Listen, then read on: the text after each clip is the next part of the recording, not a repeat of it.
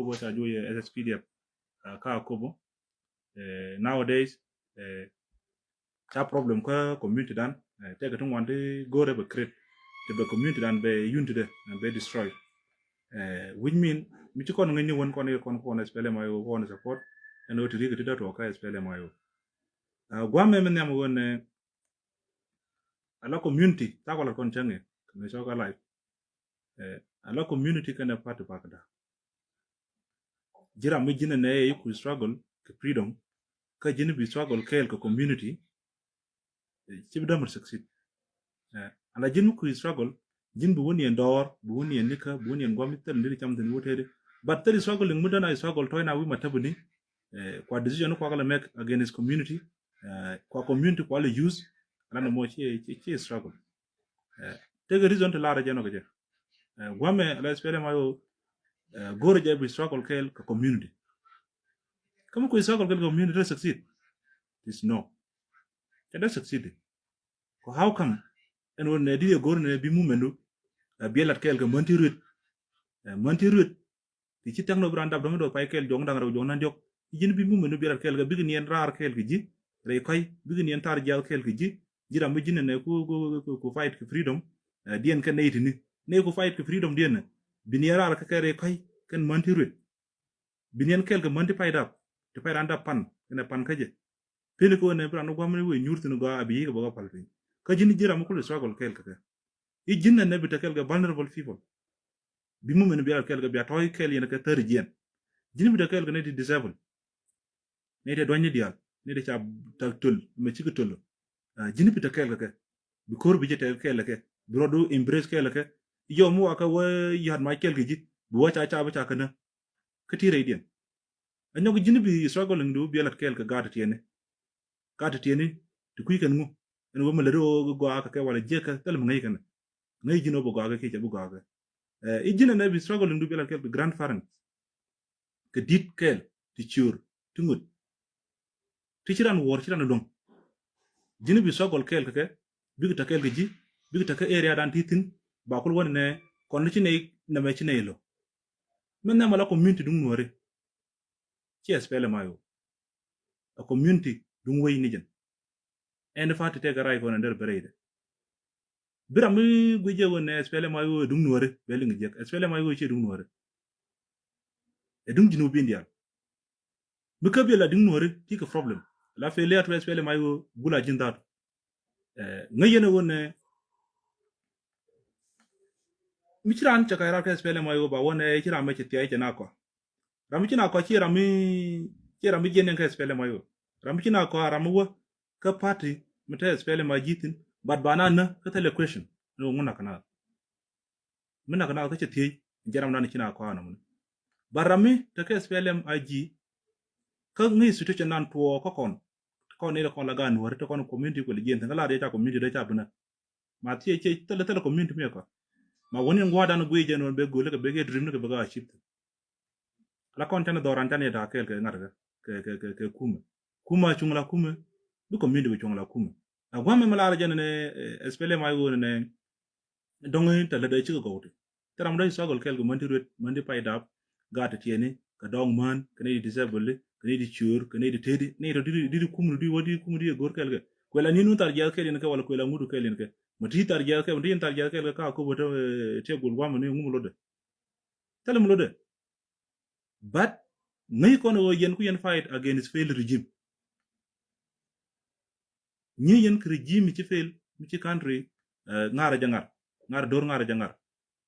ku fa yota ni dore ku fa yota ni ngai ne won ne ci ku fail ore de gan GS fail ma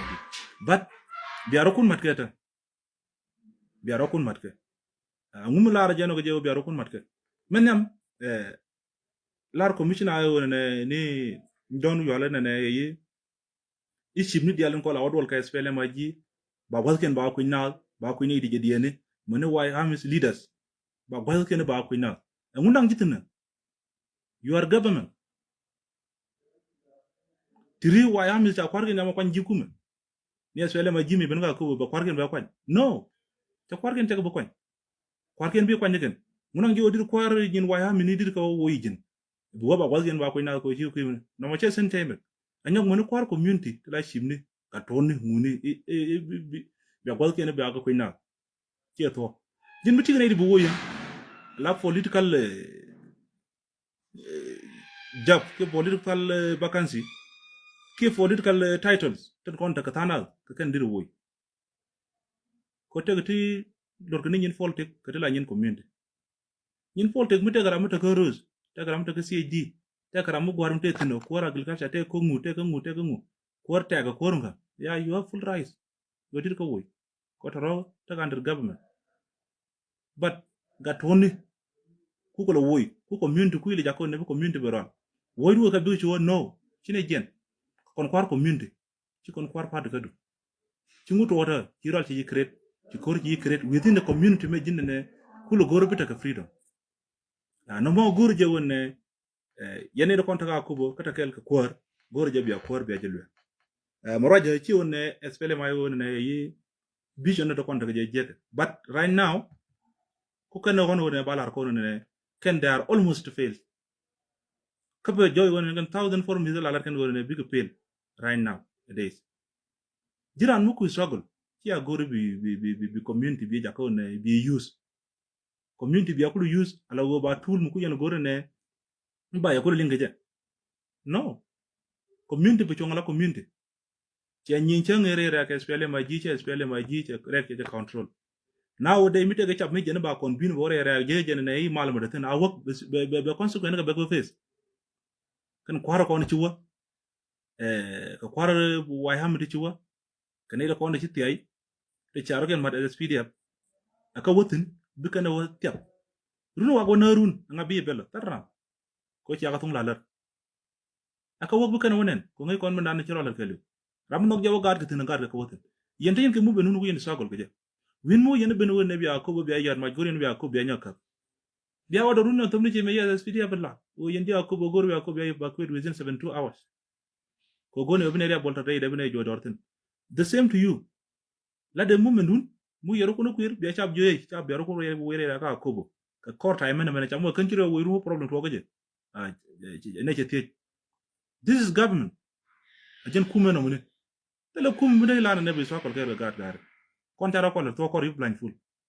nyokon ngone ko la ngone nore men nyam de la kwar aya akubo use as session leader ni Mr. Salamu yal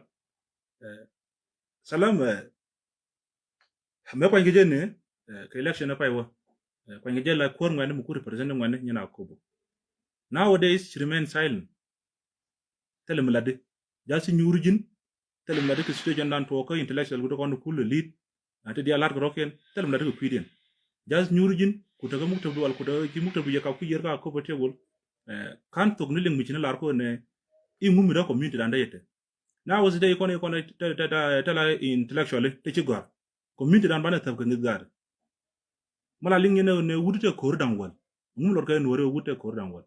ma wud muti ko dan wal an e por ke tet ko tene wa kay ngwen ko por ko tene mi ci wi wo bong ni ko am to long gondor we bong tene mi goro di do no libe bir no libe mi goro mi dir be yeje kwa chakin bi no kwa mut kwa bil kwa ket kwa yam kwa job te dial to mi ci won ci ñaan bir no maj be yege ni je mi ci ñaw won te ñaan bir mo mi de no won jamo dub dial kan ani tools ngon di won bi ñi je bi ko re bi longa bi gari alaka di jin mi wori alaka yow ku ngay ci yu ñaan te dial no ci joye ka ngi dial okay bi ngi di be use ko ngi dem ci ko do kam jiba kam ko jigo bi char mi ci ranu joye ka any mechanism ka any way ci joye ka jamo bi ngay wo na me bi use ngi duna mane ci ko do kam je bi use mu kan ci use ko function ko la ngu function ngu ci obu community bi daga kon tan to chala ngay je won mi ta wala to ala beje ma ta na cha ling de cha yeno but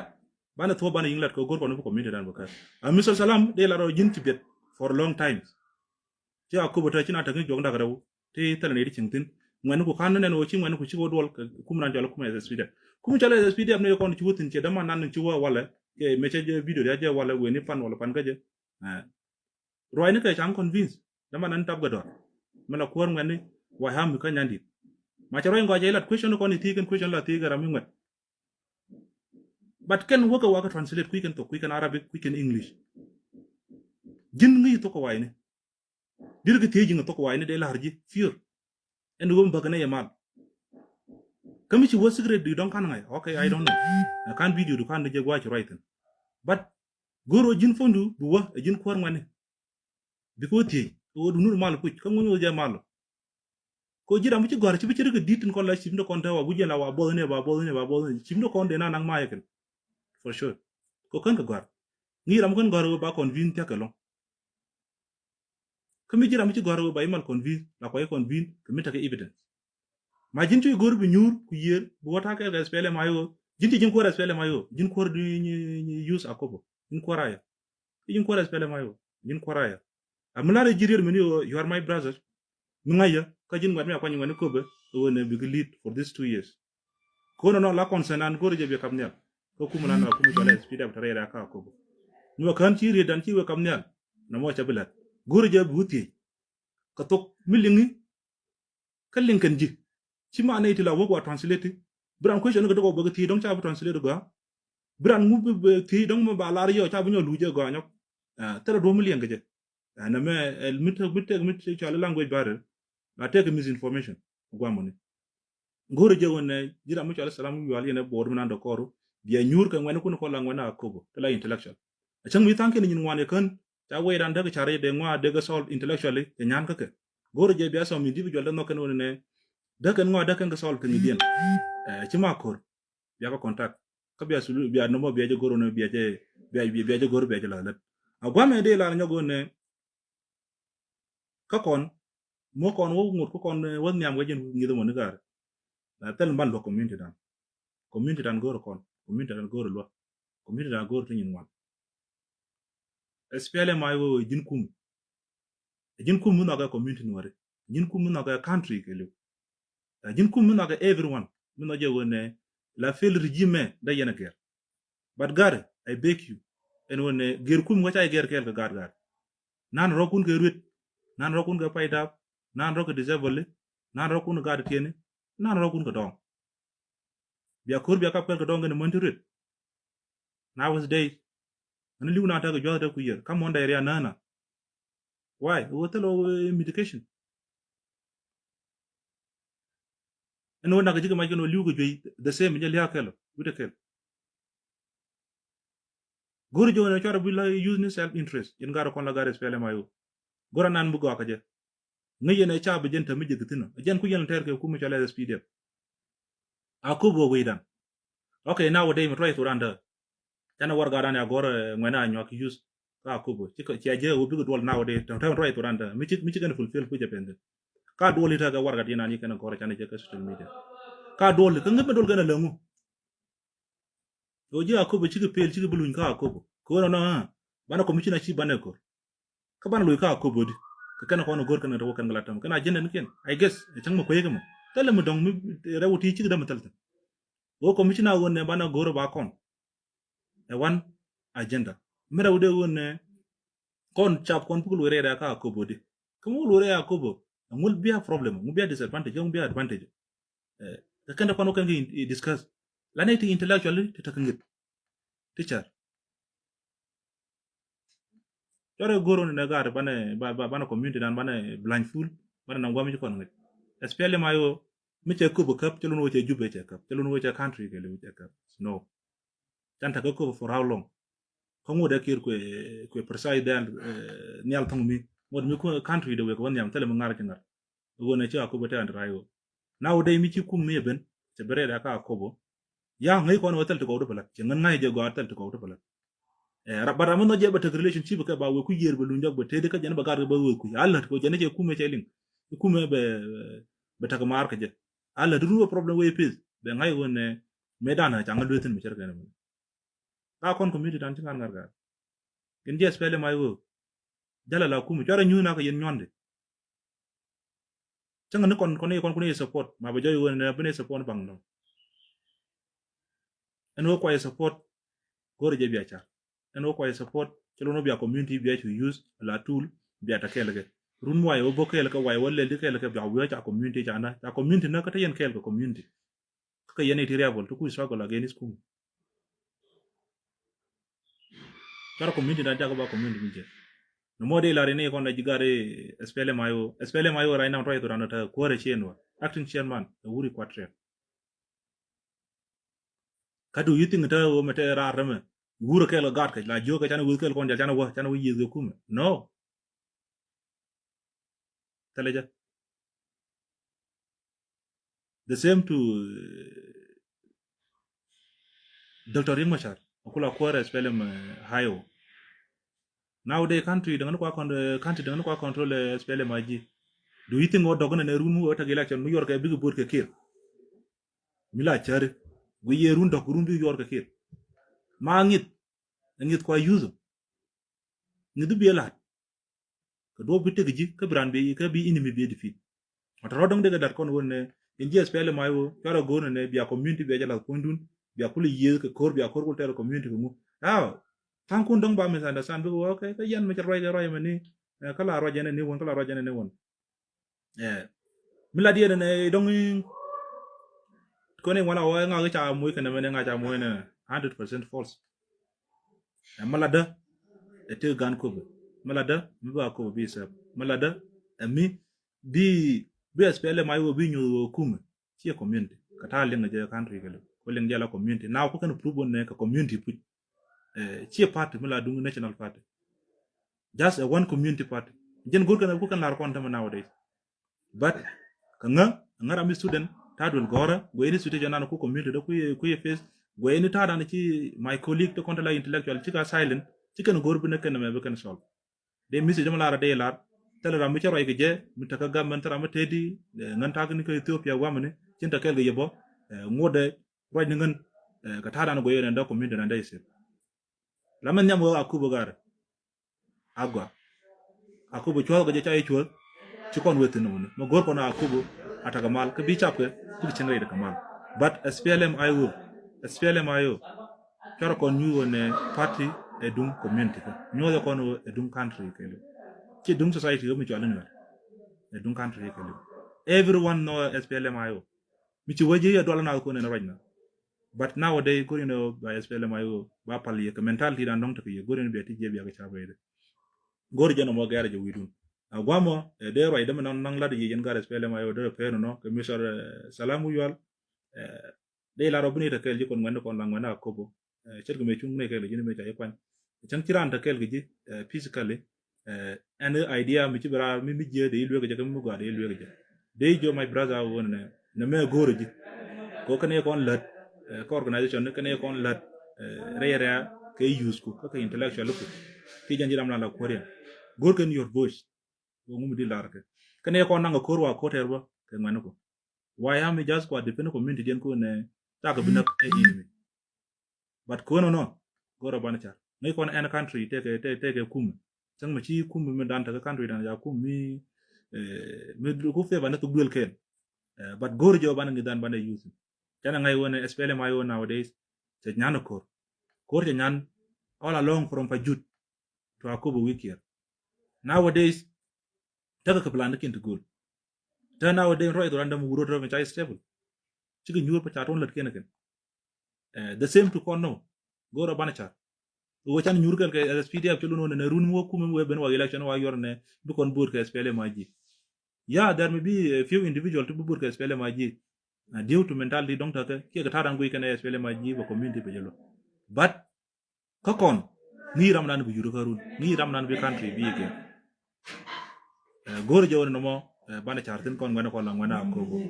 din kor use chang ba itam wone idong ne te ke mi cha ye ko nguko ya jin ku fay di jin ko di ko bu akobo bi ngana ke bi ka takamal ka bi ngana ke bi ko nowadays mire charbe ngana gat kon dial tama kon da bo tar jien gat tiene suppose da tan dol gorama ka woro ken tar jien cara no ne jana joyi ja gat ken ngen janka ne ta ka dol gor ga noro ken ci pelta no ken ne ba le ken ba gala ta don dol gor ken bu ko miti dal ko me la banel vol for awlo gor jo ban char den no ne ka ban gujan ban jela kon ngone ko la ngona ko rambu gor ci ngu nu kor kilanya jela ngu da ngu kor kilanya kana kor ngida kana raw kel bi ko ngu mi ci kor kilanya mi ñaan bi na me bi use bi ngi bi use mi ci ngi mi ci use jinu bi use kilanya gelu len nowadays tam bug na roken from country to country cha ngeje cha kono kon wala bug ma jede yon ka America de be pen ka kono wa mo chicken nge da pe ya la ba cha na wo ne ti ka kon ka ka da wa ku kana na gwa da tin de bug ma but jin ngi ye jira mu ci gor jira mu intellectual e do ma yor ko jubu da be pen ka ko ci ma de yore ya ka ko wala da be pen ka ko da na ka pen mu di mu che lo yo what is the benefit ko kon da le benefit kanga de ried me de la no nguti ka question bu gor di tinga tiya ku ngata ke message ku yo gara through comment section here ku yo gor ne ku share je bi yo gor wide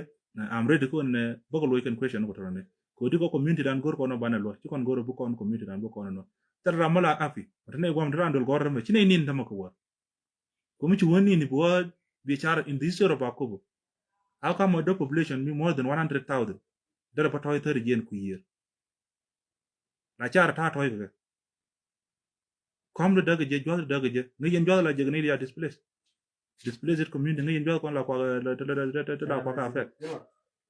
gor je wona mo ya bana chartin community dan bana chartin du bi ngwan gar kon ci gor bu doran bu daba gwa mo ngane bana but kamal jen gwa to do ba ngaral linga ka do dan bu linga mo mi te mi kono loydu mari la woj linga do dien kum gor bu ngi te balad ji ku ngi joro ka kol mi ti ka Ethiopia wa ne bi ngi joro ko ray ko ni ku ngi joro ka mission jab bi ngi joro ka bu ko ray ko ni bu kon do bu ko lat mi te chubloydu bu kon ne me bu kon gor kon community dan bu kon se ko ci kon ngay kor kala ñata ga joye ne kon ne di ngwan ci gëna tala do mi dong bi kon go ñew lu ngu joy kon nga je dan espele mayo ajen baro faire baro guir ke di dama tawde ci ala ko mo ke ngwan kon ci ando ba agenda ta ko ba support tila de mi chungla de tala mantin ga tala gat bi ga bendur wonu kana goro kana ko bu yar may bi kana ko bu kana yar may ba kon jo wore bara wo kon ta bana jen ci mela to ko ta ban nga do yaga mi ci way yega bi nga berere bi na pot